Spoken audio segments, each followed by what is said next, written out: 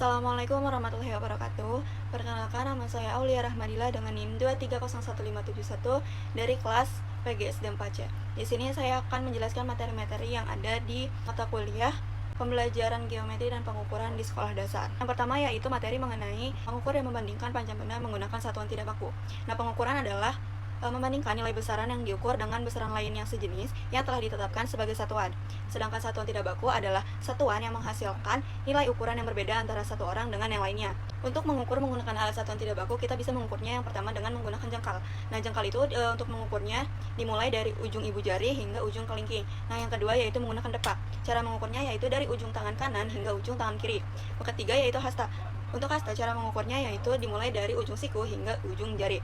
Yang terakhir yaitu langkah kaki yang dimulai dari ujung belakang kaki hingga ujung depan kaki. Yaitu mengenai mengukur dan membandingkan berat benda menggunakan satuan tidak baku. Untuk pengertian mengukur sudah dijelaskan di materi yang sebelumnya. Di sini saya akan menjelaskan mengenai membandingkan. Membandingkan adalah melihat perbedaan atau persamaan antara dua atau lebih benda. Selanjutnya yaitu berat benda. Nah, berat benda adalah seberapa berat atau ringannya suatu benda. Selanjutnya yaitu mengukur dan membandingkan berat benda menggunakan satuan tidak baku. Bisa kita lakukan menggunakan gantungan baju dan dua kantung plastik. Kemudian bisa menggunakan kelereng sebagai satuan pengukur berat atau anak timbangan. Nah, setelah itu kita melakukan pengukuran, maka dapat dibandingkan beratnya antara satu benda dengan benda yang lainnya. Materi yang ketiga yaitu membandingkan, mengukur, dan mengestimasi durasi waktu menggunakan satuan tidak baku. Nah, membandingkan, mengukur, dan mengestimasi durasi waktu menggunakan satuan tidak baku adalah proses yang bisa dilakukan dengan menggunakan referensi waktu yang tidak standar, seperti tepuk tangan ataupun langkah kaki. Nah, pengukuran ini akan menghasilkan hasil yang berbeda antara individu karena ukuran satuan tidak baku seperti jengkal, hasta, atau depak relatif terhadap tubuh masing-masing. Selanjutnya yaitu mengenai bangun datar. Nah, bangun datar adalah bentuk dua dimensi yang memiliki panjang dan lebar, tetapi tidak memiliki tinggi ataupun volume. Nah, bangun datar dibatasi oleh garis-garis yang membentuk sisi dan sudut. Jenis-jenis bangun datar yaitu ada segitiga, segi empat, segi banyak, dan lingkaran. Pertama yaitu segitiga. Nah, segitiga merupakan bangun datar yang paling sederhana dengan 3 sisi dan 3 sudut. Nah, segitiga ini memiliki beberapa jenis. Yang pertama yaitu ada segitiga sama sisi atau segitiga sama panjang. Yang kedua yaitu segitiga sama kaki atau 2 sisi sama panjang, dan segitiga sembarang atau ketiga sisinya berbeda panjang. Yang kedua yaitu segi empat. Segi empat adalah bangun datar dengan 4 sisi lurus dan 4 sudut. Contohnya adalah persegi, persegi panjang, jejer genjang, belah ketupat, layang-layang, dan trapesium.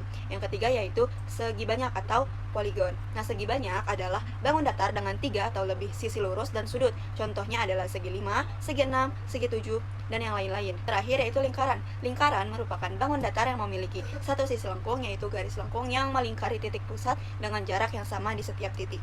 Materi yang selanjutnya yaitu mengenai bangun ruang. Bangun ruang yaitu bangun yang memiliki ruang atau isi atau volume yang dibatasi oleh sisi-sisi dan memiliki titik sudut. Nah, jenis-jenis bangun ruang yang pertama yaitu ada kubus. Kubus memiliki 6 sisi yang berbentuk persegi, 12 rusuk, dan 8 titik sudut. Yang kedua yaitu ada balok. Balok memiliki 6 sisi yang berbentuk persegi panjang, 12 rusuk, dan 8 titik sudut. Yang ketiga yaitu kerucut. Kerucut memiliki alas yang berbentuk lingkaran, 2 sisi, 1 rusuk, dan 1 titik sudut. Yang terakhir yaitu bola. Bola hanya memiliki satu sisi lengkung dan tidak memiliki rusuk ataupun titik sudut. Materi yang selanjutnya yaitu mengenai komposisi dan dekomposisi bangun datar. Komposisi adalah proses yang menggabungkan dua atau lebih bangun datar sederhana untuk membentuk bangun datar yang lebih besar atau kompleks. Contohnya yaitu seperti menggabungkan segitiga dan persegi panjang menjadi trapesium atau bangun lainnya yang baru. Sedangkan dekomposisi adalah proses memecah suatu bangun datar menjadi dua atau lebih bangun datar yang lebih sederhana. Contohnya yaitu seperti memecah segitiga besar menjadi beberapa segitiga kecil atau segi empat dan segitiga. Selanjutnya yaitu posisi benda dan pola di sekitar kita. Posisi benda adalah letak suatu benda terhadap benda lain atau terhadap suatu tempat.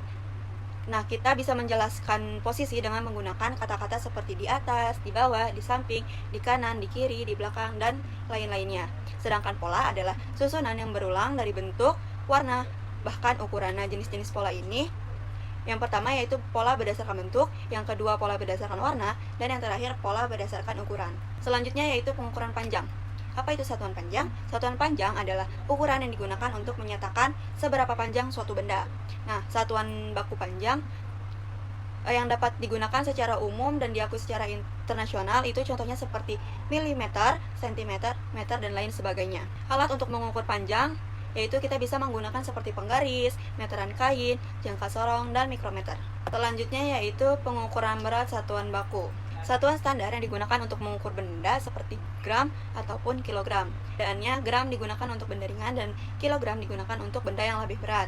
Selanjutnya yaitu jenis-jenis timbangan. Yang pertama ada timbangan duduk, yang kedua ada timbangan gantung, yang ketiga ada timbangan digital, yang keempat timbangan kodok, dan yang terakhir yaitu timbangan badan. Selanjutnya mengukur dan mengestimasi luas dengan satuan baku dan tidak baku. Mengukur luas dengan satuan baku seperti meter persegi, sentimeter persegi memberikan hasil pengukuran yang akurat dan konsisten karena menggunakan standar internasional yang sudah ditetapkan. Sedangkan satuan tidak baku seperti jangka, langkah kaki, hasta, dan depa menghasilkan estimasi luas yang relatif dan bisa bervariasi tergantung pada individu yang melakukan pengukuran. Selanjutnya yaitu mengukur dan mengestimasi volume menggunakan satuan tidak baku dan satuan baku berupa bilangan cacah.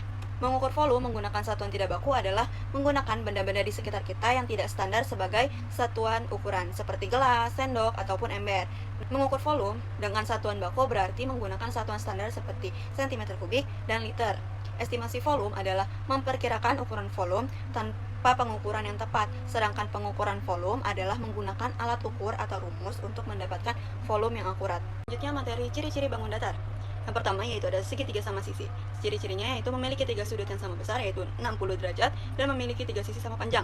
Yang kedua, segitiga sama kaki, yaitu memiliki 2 sudut yang sama besar dan memiliki 2 sisi yang berhadapan sama panjang. Yang ketiga, segitiga siku-siku. Salah satu sudut siku-sikunya yaitu 90 derajat, memiliki 1 sisi miring dan memiliki 2 sisi yang saling tegak lurus. Yang keempat, persegi, yaitu memiliki 4 sisi yang sama panjang, memiliki 4 sudut siku-siku yang sama besar, yakni 90 derajat dan memiliki 4 titik sudut. Yang kelima, persegi panjang, yaitu memiliki ciri-ciri 4 sisi dan sisi yang berhadapan itu sama panjang dan sejajar, memiliki 4 sudut siku-siku yang sama besar, yaitu 90 derajat dan memiliki 4 titik sudut. Yang keenam yaitu layang-layang, memiliki 2 pasang sisi berdekatan yang sama panjang, memiliki 2 sudut yang berhadapan sama besar, dan diagonal-diagonalnya saling berpotongan dan tegak lurus. Yang ketujuh yaitu jajar genjang, memiliki 2 pasang sisi yang saling berhadapan sama panjang dan saling sejajar, memiliki 4 titik sudut, memiliki saling 2 sudut tumpul dan sudut lancip, dan memiliki sudut yang saling berdekatan sebesar 180 derajat. Kedelapan yaitu trapesium, memiliki 4 sisi, 2 sisi yang saling sejajar dan memiliki 4 sudut, dan 2 jumlah sudut saling berdekatan dengan besar 180 derajat. Yang kesembilan yaitu belah ketupat, memiliki 4 buah sisi yang sama panjang, memiliki 4 titik sudut, dan sudut-sudut yang saling berhadapan besarnya sama. Yang ke-10 yaitu segi 5, memiliki sudut yang sama besarnya, memiliki 5 sisi yang panjang, dan yang terakhir yaitu segi 6. Ciri-cirinya memiliki 6 sisi yang sama panjang dan memiliki 6 sudut yang sama besar. Selanjutnya yaitu komposisi dan dekomposisi bangun datar. Komposisi bangun datar merupakan menyusun beberapa bangun datar menjadi bentuk baru. Misalnya seperti 2 segitiga bisa disusun menjadi 1 persegi panjang. Nah, tujuannya itu untuk mengenal bentuk baru dari gabungan bangun-bangun yang berbeda. Selanjutnya itu dekomposisi bangun datar. Dekomposisi merupakan memecah satu bangun datar menjadi beberapa bagian yang lebih kecil. Contohnya seperti persegi panjang yang bisa dipotong menjadi 2 segitiga. Tujuannya yaitu untuk mengenal bentuk-bentuk pembentuk suatu bangun. Selanjutnya yaitu keliling bangun datar. Keliling adalah jumlah panjang semua sisi suatu bangun datar. Yang pertama yaitu keliling persegi. Rumusnya yaitu keliling sama dengan 4 kali sisi. Semua sisi persegi memiliki panjang yang sama. Yang kedua yaitu keliling persegi panjang. Rumusnya keliling sama dengan 2 kali panjang tambah lebar, terdiri dari sisi panjang dan 2 sisi lebar. Yang ketiga keliling bangun segi 4. Rumusnya misalnya jajar genjang, rumusnya yaitu keliling 2 kali A tambah B. Keliling segitiga, rumusnya yaitu keliling sama dengan A tambah B tambah C. Bisa digunakan untuk segitiga sama sisi, segitiga sama kaki, dan segitiga sembarang. Yaitu susunan bangun datar gabungan. Bangun datar gabungan adalah bangun yang terbentuk dari 2 atau lebih bangun datar sederhana, misalnya seperti persegi, persegi panjang, segitiga, lingkaran, dan lain sebagainya. Sedangkan keliling adalah panjang seluruh sisi luar dari suatu bangun datar. Selanjutnya yaitu luas bangun datar. Luas bangun datar adalah ukuran atau area daerah yang dibatasi oleh sisi-sisi bangun datar. Nah, setiap bangun datar memiliki rumus luas yang berbeda-beda, tergantung pada bentuk dan karakteristiknya. Contohnya seperti persegi. Luas persegi yaitu luas sama dengan sisi kali sisi. Selanjutnya yaitu menghitung luas bangun datar gabungan. Bangun datar gabungan adalah bangun datar yang terbentuk dari penggabungan 2 atau lebih bangun datar sederhana. Untuk menghitung luasnya yaitu kita harus memecahkan bangunan tersebut menjadi bagian-bagian yang lebih sederhana, menghitung luas masing-masing bagian, lalu menjumlahkannya atau mengurungkannya, menghitung durasi waktu, dan mengukur besar sudut. Satuan waktu adalah satuan untuk mengukur hasil pengukuran lamanya waktu. Nah, satuan waktu biasanya dikenal dengan jam, menit, detik, dan lain sebagainya. Sedangkan sudut adalah daerah yang dibatasi oleh 2 sinar garis pangkalnya yang merempit. Nah, sudut pada suatu benda disebut dengan pojok benda. Selanjutnya, mengonstruksi, mengurai, bangun ruang, dan visualisasi spasial. Mengonstruksi bangun ruang merupakan gabungan beberapa bangun ruang menjadi bangun ruang baru dengan cara berdampingan, ditumpuk, ataupun kombinasi. Mengurai bangun ruang merupakan bangun ruang besar dapat dipisahkan menjadi beberapa bangun ruang yang lebih kecil. Sedangkan visualisasi spasial adalah tampilan ruang dari berbagai sisi seperti tampak depan, belakang, kanan, kiri, dan atas bawah. Selanjutnya yaitu membandingkan karakteristik bangun datar dan bangun ruang. Bangun datar memiliki bentuk rata seperti segitiga, persegi, dan lingkaran, terus memiliki panjang dan lebar. Sedangkan bangun ruang memiliki bentuk volum seperti kubus, bola, tabung, dan memiliki panjang, lebar, dan tinggi. Menemui bentuk-bentuk bangun datar dan bangun ruang, misalnya seperti ubin yang berbentuk persegi, lalu kaleng susu yang berbentuk seperti tabung. Selanjutnya yaitu menentukan lokasi pada peta yang menggunakan sistem berpeta. Konsep koordinat yaitu menunjukkan posisi titik pada bidang datar. Nah, pasangan seperti X dan Y. X merupakan sumbu mendatar atau horizontal, Y merupakan sumbu tegak atau vertikal.